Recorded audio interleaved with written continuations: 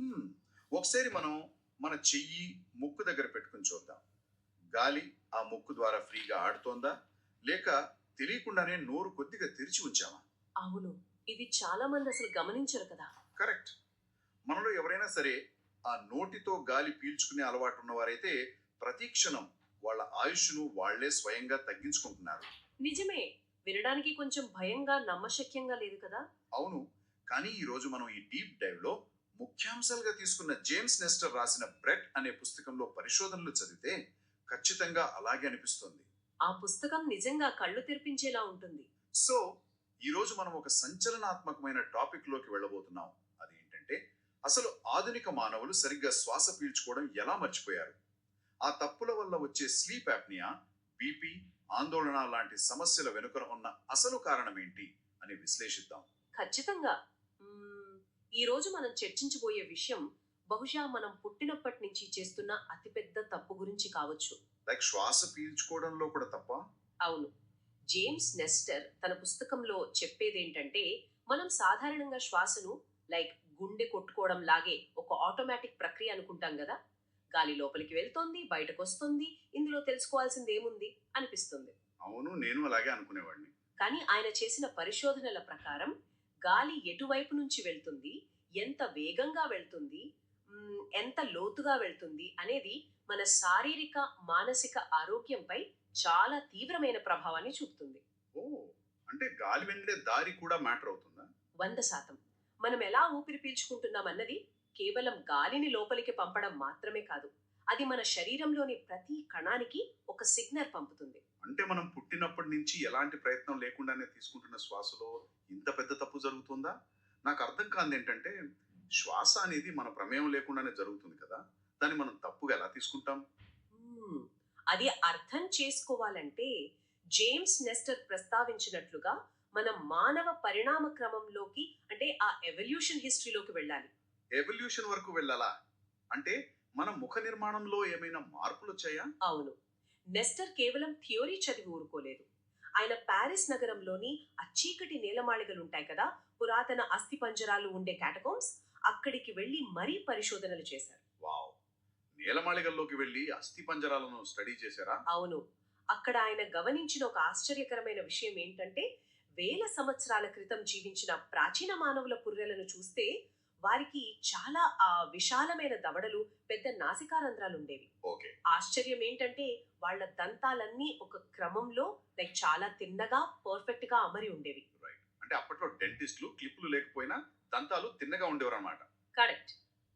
ఆ విశాలమైన దవడల నిర్మాణం వల్ల గాలి లోపలికి వెళ్ళడానికి ఏ ఆటంకము లేకుండా వారి శ్వాసనాళాలు చాలా వెడల్పుగా ఉండేవి. దానివల్ల వాళ్ళ శ్వాస సామర్థ్యం అద్భుతంగా ఉండేది. మరి ఇప్పుడు ఆధునిక మానవుల పరిస్థితి ఏంటి? మనం చూస్తూనే ఉన్నాం గదా! దాదాపు 10 మంది పిల్లల్లో 7గురికి దంతాలు వంకరగా వస్తున్నాయి. డెంటిస్ట్ దగ్గరికి వెళ్ళాల్సొస్తోంది. ఆ ప్రాచీన కాలపు విశాలమైన దవడలు ఏమైపోయాయంటారు? హ్మ్. దానికి ప్రధాన కారణం మన ఆధునిక ఆహారపు అలవాట్లు. మనం తినే ఆ మెత్తటి ప్రాసెస్డ్ ఆహారం. సాఫ్ట్ ఫుడ్స్ అంటారు. అవును. ప్రాచీన మానవులు పచ్చి మాంసాన్ని, ఆ గట్టిగా ఉండే దుంపలను చాలా కష్టపడి నమిలేవారు. అలా నమలడం వల్ల దవడ ఎముకలకు తగినంత ఒత్తిడి కలిగి ముఖం బలంగా, విశాలంగా పెరిగేది. రైట్. కానీ ఆధునిక కాలంలో ముఖ్యంగా ఇండస్ట్రియల్ రెవల్యూషన్ తర్వాత మనం ఉడికించిన మెత్తటి ఆహారాన్ని తినడం మొదలుపెట్టాం. బ్రెడ్, ప్యూరీలు, ఫాస్ట్ ఫుడ్స్ లాంటివి. దీనివల్ల దవడలకు పని తగ్గిపోయింది. ఒక్క నిమిషం. ఇక్కడే నాకొక సందేహం వస్తోంది. ఎవల్యూషన్ అనగానే లక్షల సంవత్సరాలు పడుతుంది గదా! ఉమ్, అవును. కేవలం మనం సాఫ్ట్ ఫుడ్ తినడం మొదలుపెట్టిన వందల ఏళ్ల వ్యవధిలోనే మన పుర్రె ఆకారం మారిపోతుందా? ఇది నమ్మడానికి కొంచెం కష్టంగా ఉంది. మనం తినే ఆహారం ఎముకల సైజును తగ్గించేస్తుందా? ఇది చాలా మంచి ప్రశ్న. ఇక్కడ మనం అర్థం చేసుకోవాల్సింది ఆ జెనెటిక్స్ గురించి కాదు. ఎపిజెనెటిక్స్ మరియు వూల్ఫ్స్ లా అనే జీవశాస్త్రం గురించి. ఓకే, వూల్ఫ్స్ లా అంటే ఏంటి? ఈ సూత్రం ప్రకారం మన శరీరంలోని ఎముకలు వాటికి లభించే ఒత్తిడి ఆధారంగానే తమ సాంద్రతను, ఆకారాన్ని మార్చుకుంటాయి. లైక్ ఆస్ట్రోనాట్స్ స్పేస్ లోకి వెళ్ళినప్పుడు గ్రావిటీ లేక ఎముకలు అరిగిపోతాయి కదా! అవును, విన్నాను. సేమ్ అలాగే చిన్నతనంలో దవడలకు గట్టి వ్యాయామం లేకపోతే ఆ ఎముకలు పూర్తిగా వికసించవు. కొన్ని తరాలుగా ఇలా జరగడం వల్లే మన దవడ చిన్నదిగా మారిపోయింది. ఓ, అంటే దవడ కుంచుకుపోయిందన్నమాట. అవును. ఎప్పుడైతే దవడ కుంచుకుపోయిందో నోటిలో దంతాలకు స్థలం చాలక అవి వంకరగా రావడం మొదలైంది. దానికంటే ప్రమాదకరమైన విషయం ఏంటంటే ఆ దవడ వెనుక ఉండే గాలి పైపు అంటే శ్వాసనాళం కూడా బాగా ఇరుక్కుగా మారిపోయింది. ఓహో! అంటే మ్మ్, మన శరీరం ఒక పవర్ఫుల్ మెషిన్ అనుకుంటే దానికి సరిపడా ఇంధనం వెళ్ళాలంటే పెద్ద పైపు ఉండాలి కదా. ఖచ్చితంగా. కానీ తరతరాలుగా మనం గట్టి ఆహారం నమలకపోవడం అనే చిన్న పొరపాటు వల్ల ఆ మెషిన్ కి గాలిని పంపే ప్రధాన పైపు కుంచుకుపోయిందన్నమాట. ఇది నిజంగా భయంకరంగా ఉంది. అవును. దీన్నే పుస్తకంలో ఎవల్యూషనరీ ఫ్లాగా వర్ణించారు. ఆ పైపు ఇరుక్కుగా మారడం వల్లే మనం ముక్కు ద్వారా సరిగ్గా శ్వాస తీసుకోలేకపోతున్నాం. మ్మ్, అంటే అందుకేనా ఈ స్లీప్ యాప్నియా, నిద్రలో గాలి ఆడకపోవడం లాంటివి పెరిగిపోయాయి? కరెక్ట్. విపరీతమైన గురకలంటివి కూడా అందుకే వస్తాయి. ముక్కులోంచి గాలి వెళ్ళడం కష్టమైనప్పుడు మన శరీరం ప్రాణరక్షణ కోసం ఒక బ్యాకప్ సిస్టమ్ను వాడుతుంది. అదే నోరు. రైట్. సో ముక్కు బ్లాక్ అయితే ఆటోమేటిక్ గా నోరు తెరుచుకుంటుంది. అవును. నోరు తెరిచి గాలి పీల్చటం చాలా మామూలు విషయం అనిపిస్తుంది కానీ అది తెచ్చిపెట్టే అనర్థాలు ఊహకు కూడా అందవు. సో శ్వాసనాళం ఇరుకుగా మారడం వల్ల చాలా మంది ముక్కుకి బదులు ఆ బ్యాకప్ సిస్టమ్ అయిన నోటి ద్వారా గాలి పీల్చడం మొదలు పెట్టారు. మరి పూర్తిగా నోటి ద్వారానే పీల్చుకుంటే ఏం జరుగుతుంది అనేది నెస్టర్ ఊహించి రాయలేదు కదా, ఒక ప్రయోగమే చేశారు. అవును. ఈ పుస్తకంలో అత్యంత ఆసక్తికరమైన భాగం ఇదే. ఆ ప్రయోగం గురించి చెప్పండి అసలు. జేమ్స్ నెస్టర్ మరియు స్టాన్ఫర్డ్ యూనివర్సిటీకి చెందిన డాక్టర్ జేకార్ నాయక్ కలిసి ఒక సంచలనాత్మకమైన ప్రయోగం చేశారు. వారు వరుసగా 10 రోజుల పాటు తమ ముక్కులను పూర్తిగా సిలికాన్ ప్లగ్స్ తో మూసివేశారు. వాట్, 10 రోజులు ముక్కులు మూసేశారా? అవును.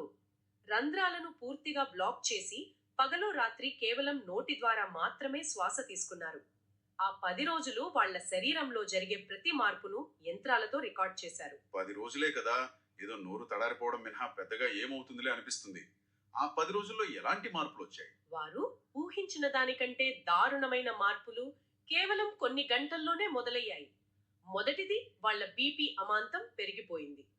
రాత్రిపూట గురక ఏకంగా 1300% పెరిగిపోయింది. 1300%? జస్ట్ ముక్కు మూసుకున్నందుకు? అవును. స్లీప్ యాప్నియా లక్షణాలు మొదలయ్యాయి. అంటే నిద్రలో గాలి అందక ఆక్సిజన్ పడిపోవడం, నిద్రలేమి, పగలంతా విపరీతమైన అలసట, మెదడు మొద్దు బారిపోవడం జరిగింది. అబ్బా. అన్నిటికంటే ముఖ్యంగా వారి నాడీ వ్యవస్థ ఎప్పుడూ ఒక రకమైన ఆందోళనలో అంటే ఫైట్ లేదా ఫ్లైట్ మోడ్లో ఉండిపోయి స్ట్రెస్ హార్మోన్లను రిలీజ్ చేయడం ప్రారంభించింది. ఇక్కడే నాకు అసలు లాజిక్ అర్థం కావడం లేదు. కేవలం 10 రోజుల్లోనేనా? అంటే గాలి వెళ్లే దారి మారితే బీపీ ఎందుకు పెరుగుతుంది? ఏకాగ్రత ఎందుకు దెబ్బతింటుంది? నోటితో గాలి పీల్చినంత మాత్రాన శరీరం ఎందుకు అంతలా స్ట్రెస్ ఫీల్ అవుతుంది? మ్మ్. దీని వెనుక ఒక అద్భుతమైన బయాలజీ ఉందండి. మనం నోటితో గాలి పీల్చినప్పుడు ఆ గాలి ఊపిరితిత్తుల లోతుల్లోకి వెళ్ళదు. అది కేవలం ఆ ఊపిరితిత్తుల పై భాగంలో అంటే అప్పర్ లంగ్స్ లో మాత్రమే ఉండిపోతుంది. ఓకే, షాలో బ్రీదింగ్ అంటారు కదా, అదా? కరెక్ట్. నోటి ద్వారా గాలి చాలా వేగంగా లోతు లేకుండా వెళ్తుంది. మన ఊపిరితిత్తుల పై భాగంలో ఉండే నరాల కణాలు నేరుగా మన సింపథెటిక్ నర్వస్ సిస్టమ్ తో కనెక్ట్ అయి ఉంటాయి. ఇది లైక్ మన శరీరంలో ఒక అలారం బెల్ లాంటిది. Right right. మనం నోటితో గాలి పీల్చుకున్న ప్రతిసారి ఆ అలారం బెల్ మోగి మెదడుకు మనమేదో ప్రమాదంలో ఉన్నాం, అందుకే ఇంత వేగంగా రొప్పుతున్నాం అనే సిగ్నల్ వెళ్తుంది. వెంటనే కార్టిజాల్ లాంటి స్ట్రెస్ హార్మోన్స్ రిలీజ్ అవుతాయి. ఓ, అర్థమైంది. అందుకే బీపీ పెరుగుతుంది, ఆందోళన వస్తుంది. ఖచ్చితంగా. ఇది వింటుంటే నాకు ఒక విషయం గుర్తొస్తుంది. ఆఫీస్లో ఎవరైనా తీవ్రమైన పని ఒత్తిడిలో లేదా టెన్షన్ పడుతున్నప్పుడు తెలియకుండానే నోరు తెరిచి గాలి పీల్చేస్తుంటారు. అవును, అది మీరు గమనించొచ్చు. అలాగే చాలా మందికి ఉదయం నిద్ర లేవగానే నోరు ఎండిపోయినట్లు అనిపిస్తుంది. అంటే రాత్రంతా వాళ్ళు వాళ్ళ మెదడుకు డేంజర్ డేంజర్ అనే అలారం పంపుతూనే ఉన్నారన్నమాట. ఇది నిజంగా భయంకరం. అవునండి, అందుకే నోటి శ్వాస అంత ప్రమాదకరం. మరి ఆ ప్రయోగం తర్వాత వాళ్ళు ఆ సిలికాన్ ప్లగ్స్ తీసేసి తిరిగి ముక్కుతో శ్వాస తీసుకోవడం మొదలు పెట్టారు కదా, అప్పుడు పరిస్థితి మెరుగుపడిందా? చాలా ఆశ్చర్యకరంగా ముక్కుతో శ్వాస ప్రారంభించిన కొద్ది గంటల్లోనే బీపీ నార్మల్కి వచ్చేసింది. ఆ రాత్రికి గురక తగ్గిపోయి ప్రశాంతమైన నిద్ర పట్టింది. అలసట, ఆందోళన అన్నీ మాయమైపోయాయి. వావ్, విత్ ఇన్ అవర్స్ లోనా?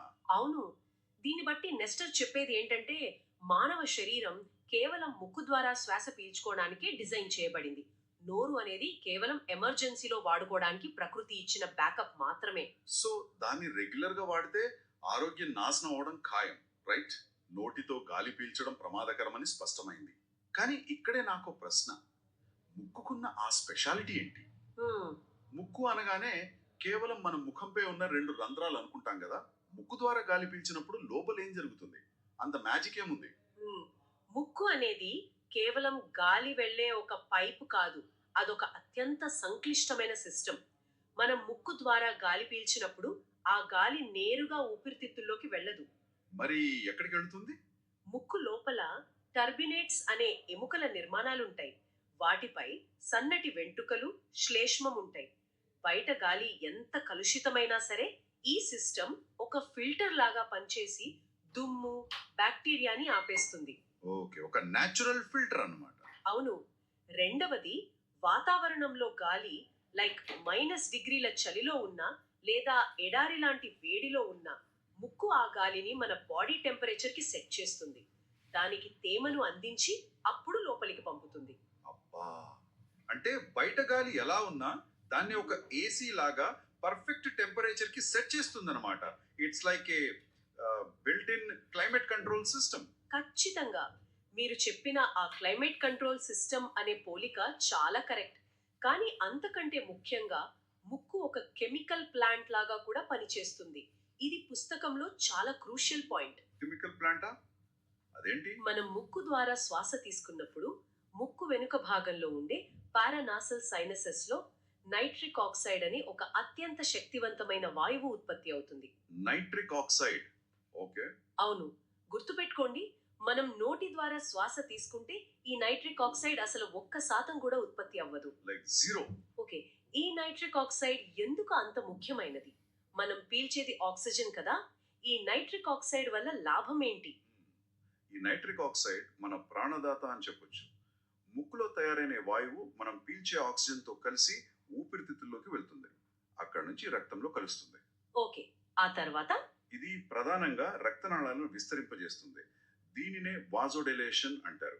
రక్తనాళాలు వెడల్పుగా మారడం వల్ల గుండెపై భారం తగ్గి బీపీ కంట్రోల్లో ఉంటుంది. ఓ, అందుకే బీపీ నార్మల్ అవుతుందన్నమాట. కరెక్ట్.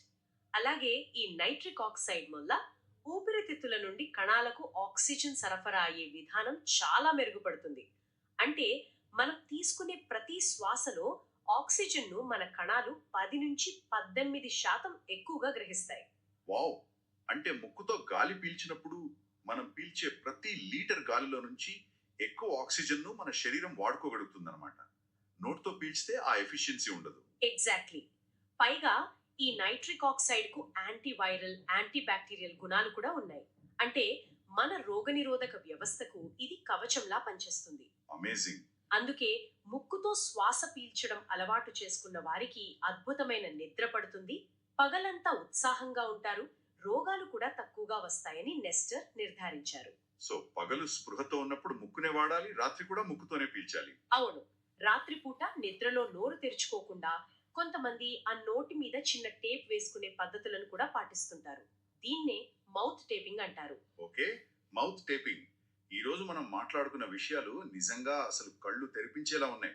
అవును. మ్మ్.